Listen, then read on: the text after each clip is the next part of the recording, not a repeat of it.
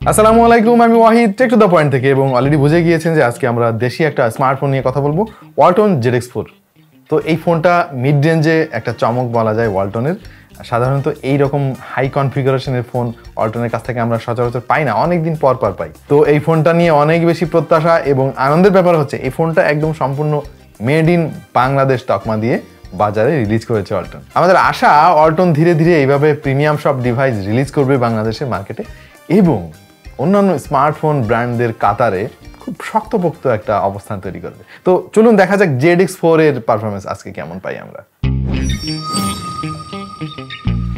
ভিডিওর একেবারে শুরুতে একটা অনুরোধ, প্রিয় দর্শক, এখনো যারা আমাদের চ্যানেলে সাবস্ক্রাইব করেনি এখনই সাবস্ক্রাইব করে নোটিফিকেশন অন করে দিন আর হয়ে যান টেক টু দ্য পয়েন্ট পরিবারের পার্মানেন্ট একজন সদস্য। টু বি অনেস্ট, প্রথম দেখা এটাকে আমার ওয়ালটন ফোন বলে মনে হয় নাই। Compact design, neat and clean একটা ব্যাপার আছে এবং এর অ্যাপিয়ারেন্সের সবচেয়ে উল্লেখযোগ্য ব্যাপার হচ্ছে এর বেজেল। খুবই মিনিমালিস্টিক বেজেল পেয়েছি আমরা।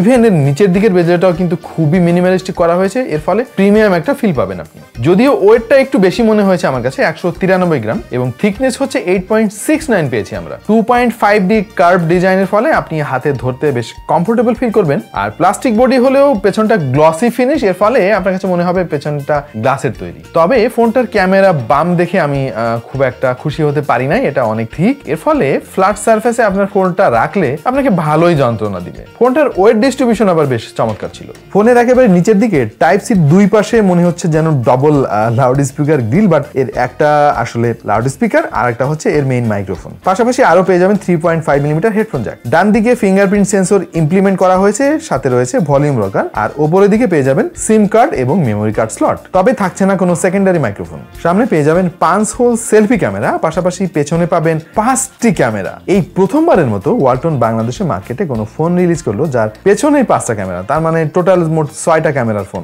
একেবারে নিচের দিকে ZX4 ব্র্যান্ডিং এর পাশাপাশি আমরা দেখতে পাচ্ছি Walton Digitech industries limited, made in Bangladesh. এই মেড ইন বাংলাদেশটা দেখলে আসলে প্রাণটা জুড়িয়ে যায়, অনেক ভালো লাগে সত্যি। সফটওয়্যার হিসেবে এতে পেয়ে যাবেন Android 11 out of the box, কোনো আপডেট ছাড়াই। এটা একটা কমন একটা ব্যাপার, আজকালকার অধিকাংশ ফোনেই Android 11 থাকছে, কারণ Android 12 তো পুরাতন হয়ে গেছে অলরেডি। বাট এইটার মেইন সারপ্রাইজ হচ্ছে এর hardware configuration. Yes my dear viewers, এতে ব্যবহার করা হয়েছে Helio G95 gaming processor. Mid রেঞ্জের মধ্যে হেলিও G95 কিন্তু যথেষ্ট পপুলার, রিসেন্টলি আমরা অনেক ফোনে দেখতে পেয়েছি।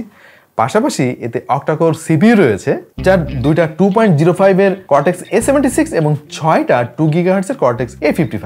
আর জিপিইউ হিসেবে পেয়ে যাবেন Mali 676 MC4। এর মেমোরির একটাই ভেরিয়েন্ট আমাদের দেশে অ্যাভেলেবেল, আর সেটা হচ্ছে 8GB র্যাম সাথে 128GB ইন্টারনাল মেমোরি।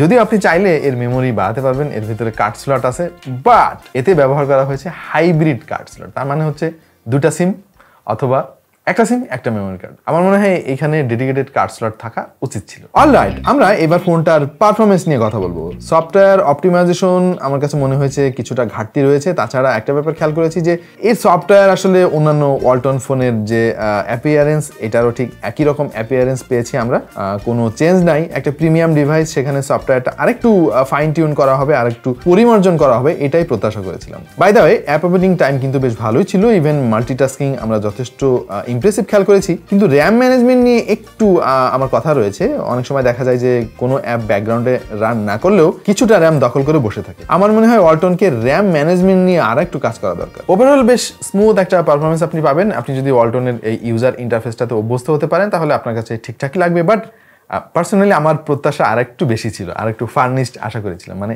সেই প্রিমিয়ামনেসটা আমি আসলে এর কাছ থেকে পাই নাই। ওকে, তাহলে ফোনটা গেমিং এ কেমন পারফর্ম করে চলুন শুনে আসি। পাবজিতে গ্রাফিক্স স্মুথ দিয়ে আপনি ফ্রেম রেট হাই দিতে পারবেন, আর কল অফ ডিউটিতে বাই ডিফল্ট গ্রাফিক্স এবং ফ্রেম রেট দুটোই হাই পেয়ে যাবেন। তবে আপনি চাইলে ভেরি হাইতে সেট করতে পারবেন। গ্রাফিক্স হাইতে দিয়ে আপনি ফ্রেম রেট ম্যাক্সে দিতে পারবেন। এবং বরাবরের মতো G95 এখানেও তার কিরামতি দেখিয়েছে, স্মুথ গেমিং পারফরমেন্স পেয়েছি আমরা। যদিও মাঝে মাঝে একটু স্টার্টার বা ফ্রেম ড্রপ থাকবেই, এটা অনেক দামি দামি ডিভাইসে আমরা দেখেছি, সুতরাং এটাকে নর্মাল বলেই আমরা ধরে নিচ্ছি। ওভারঅল এটার গেমিং পারফরমেন্স কিন্তু দারুণ ছিল, দারুণ। প্লে স্টোরে আমরা অ্যাসফাল্ট 9 খুঁজে পেলাম না, সুতরাং সেটা দেখাতে পারছি না। তবে আমরা অন্য একটা রেসিং গেম ট্রাই করেছি এবং সেটা পারফরমেন্স বেশ ভালোই পেয়েছি। সো ওভারঅল এটার গেমিং পারফরমেন্স ভালোই, বাট দুইটা ইস্যু আমি খেয়াল করেছি। ইস্যু নাম্বার 1, হিটিং ইস্যু আছে, যথেষ্ট হিট হচ্ছিল ফোনটা।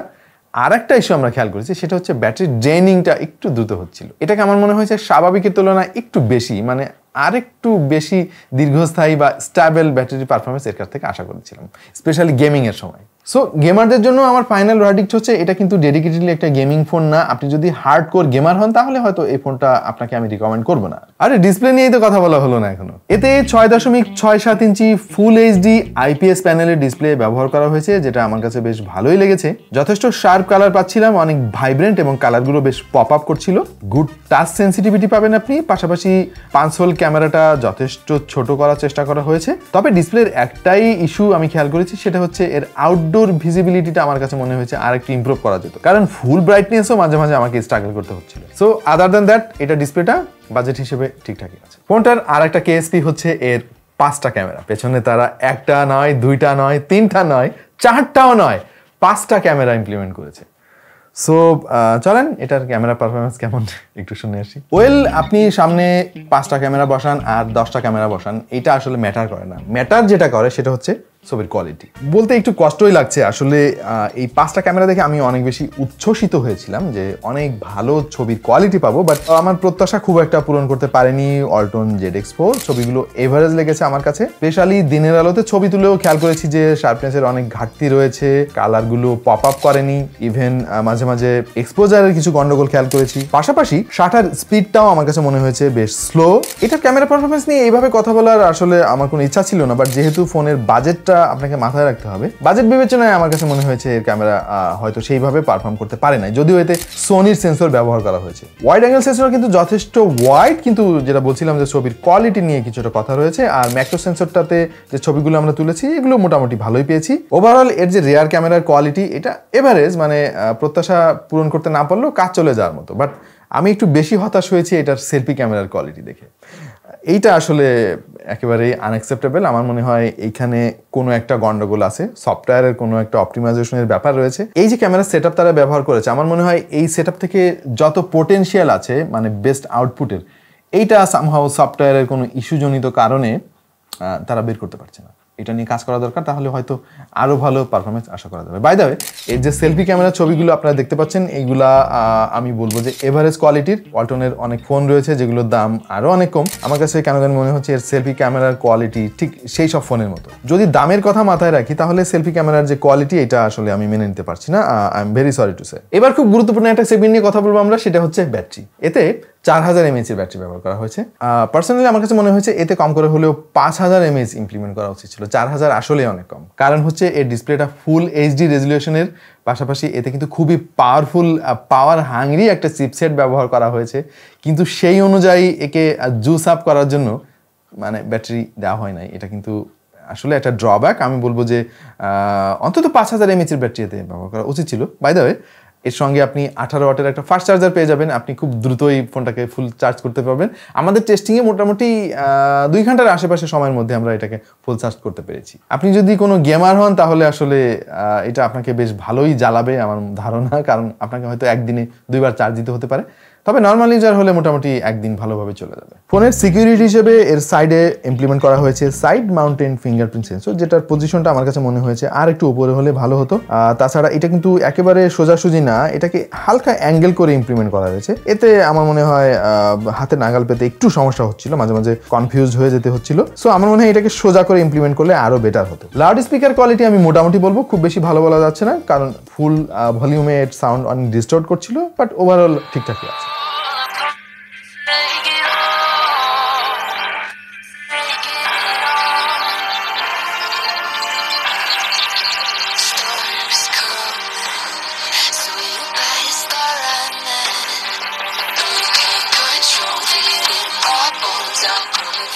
নেটওয়ার্ক ইস্যুজনিত কোনো সমস্যা আমরা খুঁজে পাইনি। তাছাড়া এটার যে ওয়াইফাই সিগন্যাল সেটা প্রিটি ডিসেন্ট ছিল, এটা নিয়ে তেমন কোনো কমপ্লেন নাই। ফোনটার একটাই কালার এবং একটাই ভেরিয়েন্ট বাংলাদেশি মার্কেটে অ্যাভেলেবেল, 8128। আর কালার হচ্ছে এই যে আমার হাতে যেটা দেখতে পাচ্ছেন, ব্ল্যাকের মতো, তবে হালকা গ্রেইশ। এই একটাই কালার অ্যাভেলেবেল এবং অফিসিয়াল ওয়ারেন্টি সহ ফোনটা বাংলাদেশের বাজারে পাওয়া যাচ্ছে 26,990 টাকা, মানে হচ্ছে 27,000 টাকা। টু বি অনেস্ট, এই দামটা আমার কাছে একটু বেশিই মনে হচ্ছে। এইটার দাম 20,000 টাকার কাছাকাছি হলে আমার মনে হয় রিকমেন্ড করা যেত সবার কাছে।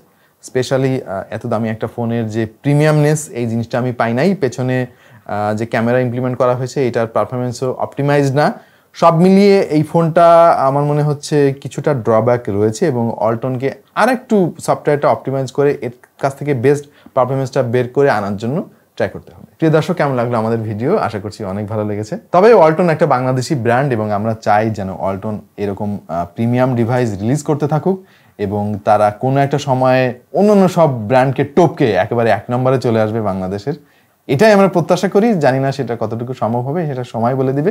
প্রিয় দর্শক, আপনার কাছে কেমন লাগলো 27,000 টাকা ZX4? জানিয়ে দিন কমেন্ট সেকশনে। আর আমাদের ভিডিও কেমন লাগছে, সামনে আরো কি নিয়ে ভিডিও দেখতে চান, এইসব নিয়ে কমেন্ট করতে ভুলবেন না। যারা সাবস্ক্রাইব করেননি এখনই সাবস্ক্রাইব করে ফেলুন আর অবশ্যই নোটিফিকেশন অন করে রাখুন যাতে করে পরবর্তীতে আর কোনো ভিডিও মিস না হয়। দেখা হয়ে যেতে পারে অন্য কোনো ভিডিওতে ভিন্ন কোনো বিষয় নিয়ে। সে পর্যন্ত ভালো থাকুন, সুস্থ থাকুন আর দেখতে থাকুন টেক টু দ্য পয়েন্ট।